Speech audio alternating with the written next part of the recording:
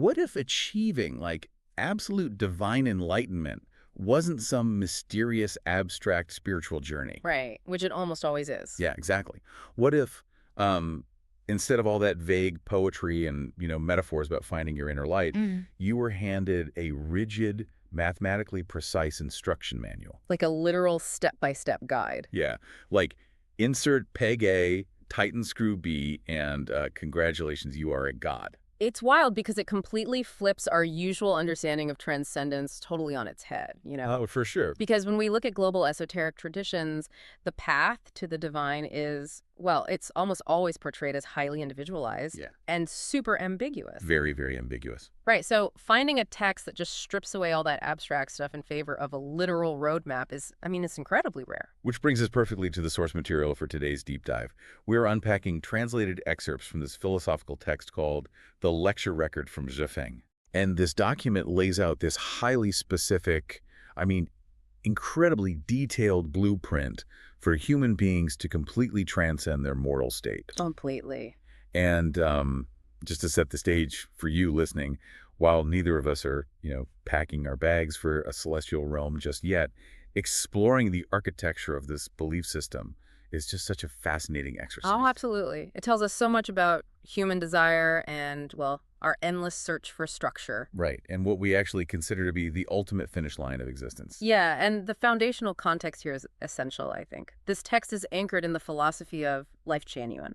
Okay, right. And Lifechanyuan isn't just like a solitary meditative practice that you do in your living room. It's a structured community. It's an entire paradigm combining communal living with this really profound cosmic ambition. So the author, Feng, isn't just offering advice on how to be a slightly more patient person on a Tuesday. No. The text maps out a literal cosmic geography. Okay, let's unpack this, because the finish line that the text sets up is staggering. It really is. The goal isn't just, finding enlightenment on Earth. The ultimate objective is becoming a super celestial being. Right. And physically, or I guess maybe metaphysically, relocating to this realm called the Celestial Islands continent. Exactly. But as you mentioned, there's a geography to this. You don't just beam up to the final level immediately. You can't just skip ahead. Far from it. The text outlines this strict requirement known as the triple jump. The triple jump. Yeah. So you begin in the mortal world. Then your first jump takes you into the 1,000-year world. Okay. Your second jump brings you to the 10,000-year world. And then the third, final jump lands you on the Celestial Islands continent. So it's very staged, very specific. Extremely specific. And the crucial distinction to keep in mind, as we go through these steps, is the absolute nature of this promise. What do you mean? Well, you aren't meant to just evolve into a better human. The text demands that you mutate into something entirely unrecognizable to your current self. Wow. Mutate. Okay, well, that brings us to the runway for this first jump, because before you can even think about unlocking these supernatural realms, the text demands that you clear out the immediate clutter of your daily mind. Yes, the baseline requirement. Right. Step one to enter the 1,000-year world is you must completely abandon all trouble, pain, sorrow, worry, and fear. All it. And you just have to live a purely happy, joyous, free, and blessed life. Which sounds lovely, but what's fascinating here is the text's specific diagnostic language for all that human suffering. Yeah, it's very distinct. It argues that annoyance and fear aren't just, natural reactions to a stressful world. They are symptoms of, and this is a quote, the imperfection of consciousness. The imperfection of consciousness. Exactly. And the translation uses the strikingly poetic metaphor, labeling these negative emotions the weeds of one's soul garden. The weeds of one's soul garden. I mean, it is a beautiful visual, right? It really is. Imagining your mind as this exotic plot of land that's just completely choked by dandelions and thorny vines. And you have to clear them out. Right. You can't plant the seeds of a celestial life until you pull the roots of your earthly anxiety. But I have to push back hard on the psychology of this text for a second. Oh, absolutely. Go for it. Telling a human being to simply, abandon worry is, it's like telling a fish to abandon water. It feels impossible. We are evolutionarily wired to scan for threats and feel fear. So how does the author expect someone to just bypass millions of years of biology by deciding to be happy? Well, it's interesting you say that because the author, Sweffing, actually addresses that psychological affliction pretty directly. Oh, really? Yeah. The text doesn't pretend that this is some easy, solitary flip of a switch.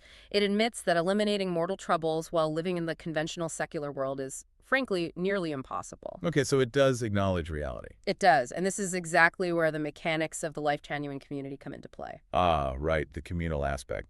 Right. The text promises that achieving this weed-free mind happens very rapidly if you live within their specific communal structure, which they refer to as home. So wait, they're essentially saying that spiritual transcendence requires a literal structural environmental change. Pretty much. It's not just, meditating harder in your bedroom. It's actually changing your zip code and your socioeconomic reality. That is the mechanical lever of this first jump, yeah. Think about where most of our daily weeds actually come from. Right. Bills, stress. Exactly. They stem from financial insecurity or isolating family dynamics, societal pressures, just the constant friction of capitalist survival. So they just remove that friction. That's the idea. In the Lifechanyuan communal model, resources are shared. Traditional nuclear family structures are dissolved in favor of a collective. Wow. And the daily struggle for individual survival is supposedly removed entirely. The text is arguing a very practical point here. You cannot pull the weeds of anxiety if society keeps throwing new seeds into your garden every single morning. Okay, that actually fundamentally shifts how we view enlightenment. How so? Well, it's treating anxiety not as some personal spiritual failing, but almost as a structural disease that you cure through communal isolation. Yes, a structural cure. By outsourcing your physical survival to the home, your mind is suddenly freed up to stop panicking. Exactly. But okay, let's follow that thread. Let's say you do it, you move in, you pull the weeds, your soul garden is pristine, Yeah. and you officially enter the 1,000-year world. Okay. You aren't done. Not at all. Not even close. Right. Because shedding negative emotions is really just returning to neutral. Yes, just the baseline. The second jump moving to the 10,000-year world requires a radical alteration in how your newly weeded mind actually interacts with external reality. And the primary rule of this realm is that the mind must not abide in form. Right. Must not abide in form. I mean, that sounds incredibly dense. Is that just a mandate to stop caring about physical objects, like giving up your stuff? It goes so much deeper than physical objects. Not abiding in form means completely detaching from all rigid expectations, secular identities, and societal attachments. Okay, so detaching from the ego, essentially. Basically, yeah. To exist in the 10,000-year world, the text dictates you must follow predestined relationships. You have to remain entirely carefree and maintain a constant condition of pleasure. And the distinction the translation makes there is so critical. But real pleasure. Yeah. It explicitly separates pleasure from joy. It states that mere joy isn't enough. You need a condition of pleasure. The psychological difference between those two words in this specific context is profound. How so? Well, think about joy. Joy is reactionary, right? It's a spike on a graph caused by some external stimulus. Like you get a promotion or you eat a really great meal. Exactly, you feel joy. But it fades and you return to your baseline. Pleasure in the 10,000-year world is the baseline itself. Oh, wow. It is this constant, unbothered equilibrium. And the obstacle to this, according to the text, is secular social conditioning. Because it tracks us. Right? It constantly traps us in this cycle of seeking temporary joy and then suffering its inevitable loss. So what does this all mean for the individual's agency, though? Because I'm looking at the core logic of this second step, and I'm hitting a massive paradox. The predestination part. Yeah. The text demands that you be completely 100% carefree. But in the same exact breath, it mandates that you must follow predestined relationships. Right. How do those two concepts coexist?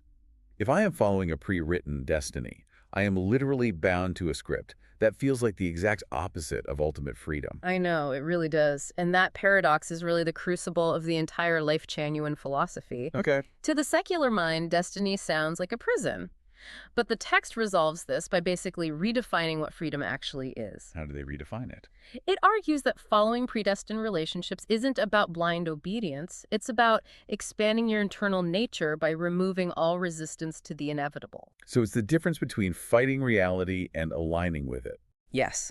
Imagine you are dropped into a massive, rapidly flowing river. All right. If your definition of freedom is the ability to swim upstream against the current, well, You're going to spend your entire life exhausted, stressed, and ultimately you won't get very far. Right, you're trapped by your own resistance. Exactly. But if you turn around and swim with the current, if you surrender to the river's destiny, you suddenly harness the immense speed and power of the water. You're riding it. You are entirely carefree precisely because you have stopped fighting the flow of the universe. Ah, that actually makes the must not abide in form concept click into place for me. Yeah, Yeah, because your form is your stubborn insistence on swimming upstream. It's your ego saying, I want the river to go this way. exactly. Once you let that go, you achieve that constant equilibrium of pleasure. You are just riding the wave. And once you have surrendered utterly to that cosmic current, you are finally primed for the third and ultimate jump. The big one. This brings us to the Celestial Islands continent, the final stage. You become a super celestial being. The pinnacle. According to the text, the soul at this stage is completely unconstrained by human emotion. You don't just live in nature, you live as nature. Yes. The text describes this being as incredibly flexible, tactful, highly sensitive, and capable of instantaneous responses to any stimuli.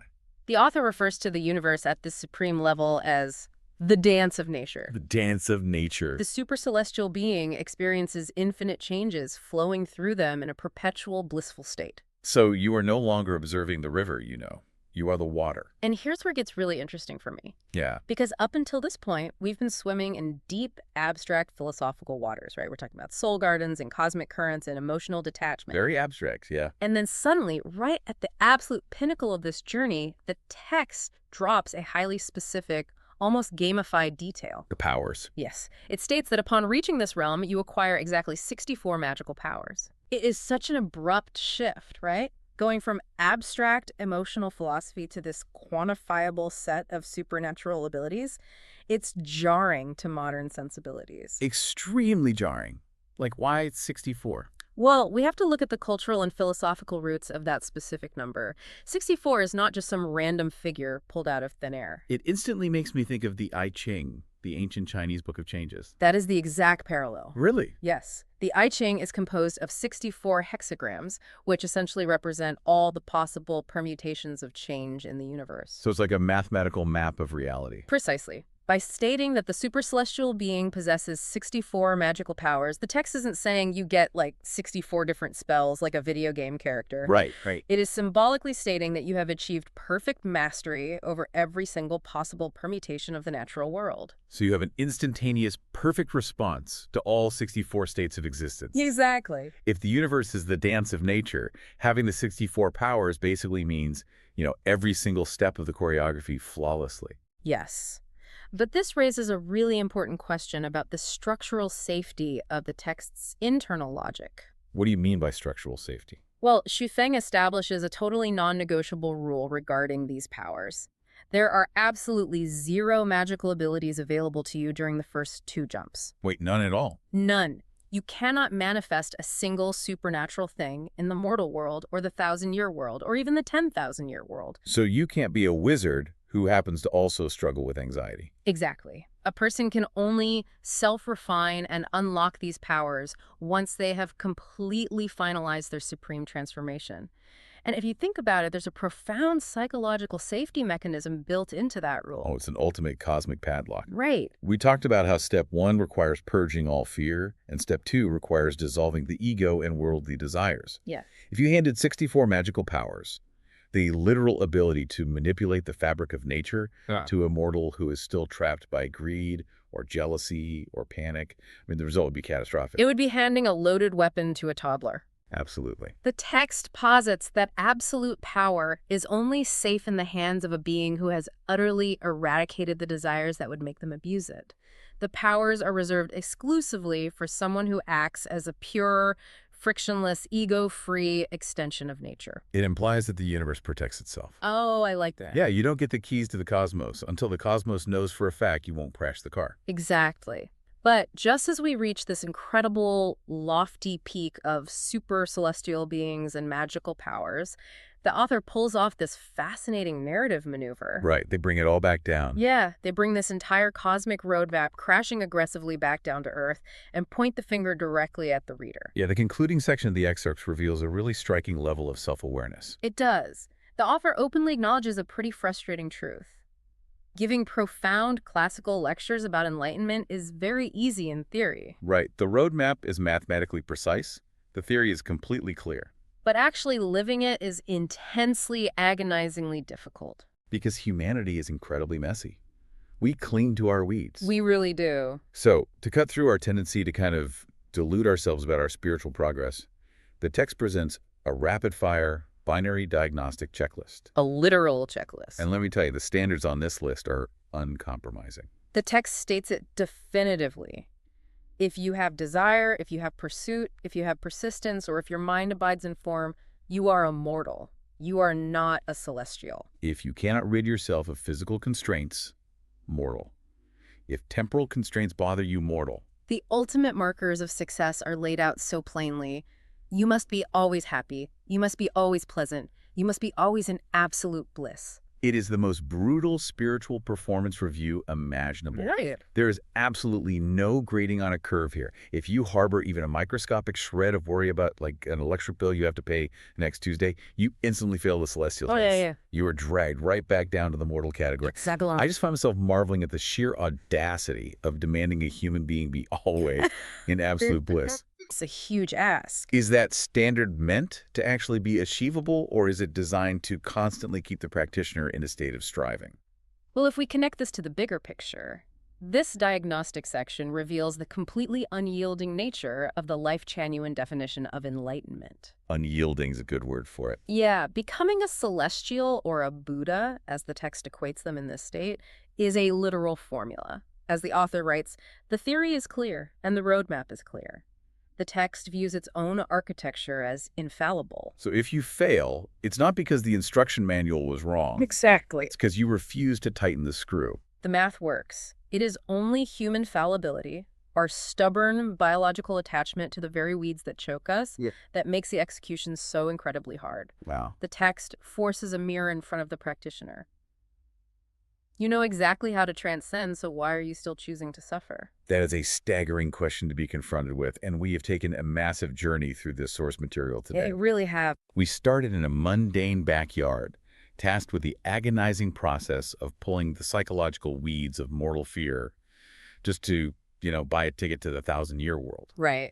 Then we had to break our social conditioning, learning to surrender to the cosmic current so we could find absolute carefree pleasure in the 10,000-year world. All of it culminating in the ultimate mutation on the Celestial Islands continent, unlocking the 64 permutations of reality and existing purely as instantaneous manifestations of nature itself. Unpacking this text really forces you to reevaluate the granular moments of your daily routine, because the text makes a profound assertion that directly involves you listening to this right now. It really does. It claims that our daily actions aren't just random events.